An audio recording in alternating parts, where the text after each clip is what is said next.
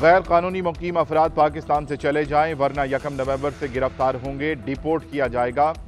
कारोबार और जायदादें जब्त होंगी। 1 नवंबर की डेडलाइन से अफगान शहरियों का वीजे के बगैर पाकिस्तान में दाखिला भी बंद। गैर कानूनी मुकीम गैर मुल्कियों को रिहाइश देने वाले भी कानून की गिरफ्त में आएंगे।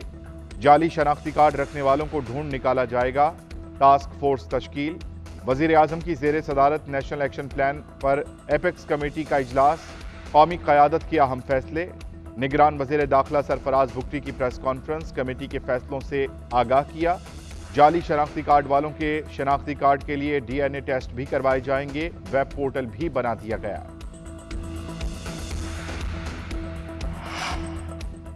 रियासत की रेट कायम करने के लिए किसी भी हद तक जाएंगे। चैलेंजेस का मुकाबला करने के सिवा कोई रास्ता नहीं।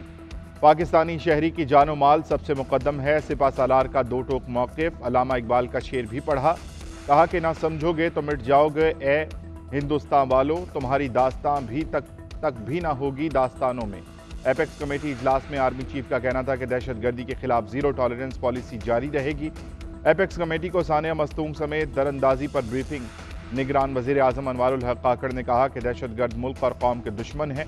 दहशतगर्दों के सहूलतकारों के खिलाफ भी ऑपरेशन किया जाएगा। जब मार्शल लॉ लगता है तो सब हथियार फेंक देते हैं। पार्लियामान कुछ करे तो सबको हलफ याद आ जाता है। फर्द वाहिद नहीं हमेशा मुल्क की तबाही की है। वो फर्द वाहिद चीफ मार्शल लॉ एडमिनिस्ट्रेटर हो या कोई और हो, मार्शल लॉ के खिलाफ भी दरखास्तें लाया करें। वहाँ क्यों नहीं आते? इस कमरे में बहुत सी तस्वीर लगी हैं जो मार्शल लॉ आने पर हलफ भूल जाते हैं। चीफ जस्टिस काजी फाइज ईसा के रिमार्क्स। कहा कि क्या आप मार्शल लॉ के लिए हमसे दरवाज़ा खुलवाना चाहते हैं? जजेस कुरान पाक में मुशावरत से काम करने के अहकामात हैं। प्रैक्टिस एंड प्रोसीजर एक्ट भी मुशावरत से ही फैसले करता है। सुप्रीम कोर्ट में केस की समाअत 9 अक्टूबर आइंदा सोमवार तक मुलतवी कर दी गई। चीफ जस्टिस ने कहा कि सोमवार केस की समाअत का आखिरी रोज होगा। चेयरमैन तहरीक इंसाफ का मामला पाकिस्तान का दाखिली मामला है। पाकिस्तानी हुकूमत ही इस पर जवाब दे सकती है। अमेरिका का व्हाइट हाउस के बाहर पाकिस्तानियों के मुजाहरे से लाताल्लुकी का इजहार। तर्जुमान अमरीकी national security council John Kirby की प्रेस कॉन्फ्रेंस। बोले कि यूक्रेन को हथियार फराम करने पर पाकिस्तान खुद बात कर सकता है। पाकिस्तान ने कोई मदद की है तो वही उस पर बात कर सकता है। कई ममालिक यूक्रेन की मदद करने पर अवामी तवज्जो नहीं चाहते। साइफर केस की समाअत अडयाला जेल में होगी। जज अबुल हसनान के खत पर वजारत कानून ने जवाब दे दिया। चेयरमैन PTI के अडयाला जेल में ट्रायल का नोटिफिकेशन जारी। जज अबुल हसनान जुल्करनैन की जानिब से चेयरमैन PTI को लाहक सिक्योरिटी खदशात पर भी खत लिखा गया था। खत में तहरीर किया कि चेयरमैन PTI को अदालत लाने के लिए सिक्योरिटी का खदशा है। चेयरमैन PTI अहम शख्सियत सियासी जमात के सरबराह हैं। अगर सिक्योरिटी खदशा नहीं तो केस की समाअत जुडिशल कम्प्लेक्स में होगी।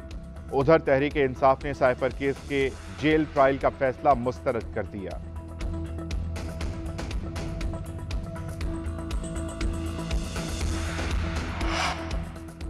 किसी के इस्तकबाल का कायल नहीं हूं। नून लीग की इत्तेहादी हुकूमत की कारकर्दगी से भी मुतमईन नहीं।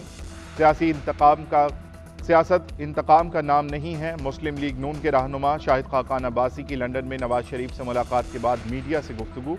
बोले कि नवाज शरीफ के साथ जो ज्यादतियां हुई उनका अजाला होना चाहिए। पार्टी के किसी लीडर के हवाले से मेरे कोई तहफ़्फ़ुज़ात नहीं। नई पार्टी बनाई नहीं, उसके क़याम की बात की है। अमन के दुश्मनों पर सिक्योरिटी फोर्सेस का कारी-वार। टांक में खुफिया इतलात पर ऑपरेशन। 10 दहशतगर्द हलाक। ISPR के मुताबिक हलाक दहशतगर्द फोर्सेस पर हमलों और भत्ताखोरी में मुलव्विस थे। भारी असलहा और गोला बारूद बरामद किया गया। मकामी आबादी की जानिब से ऑपरेशन को सराहा गया। सिक्योरिटी फोर्सेस मुल्क से दहशतगर्दी के खात्मे के लिए पुरज़्म हैं।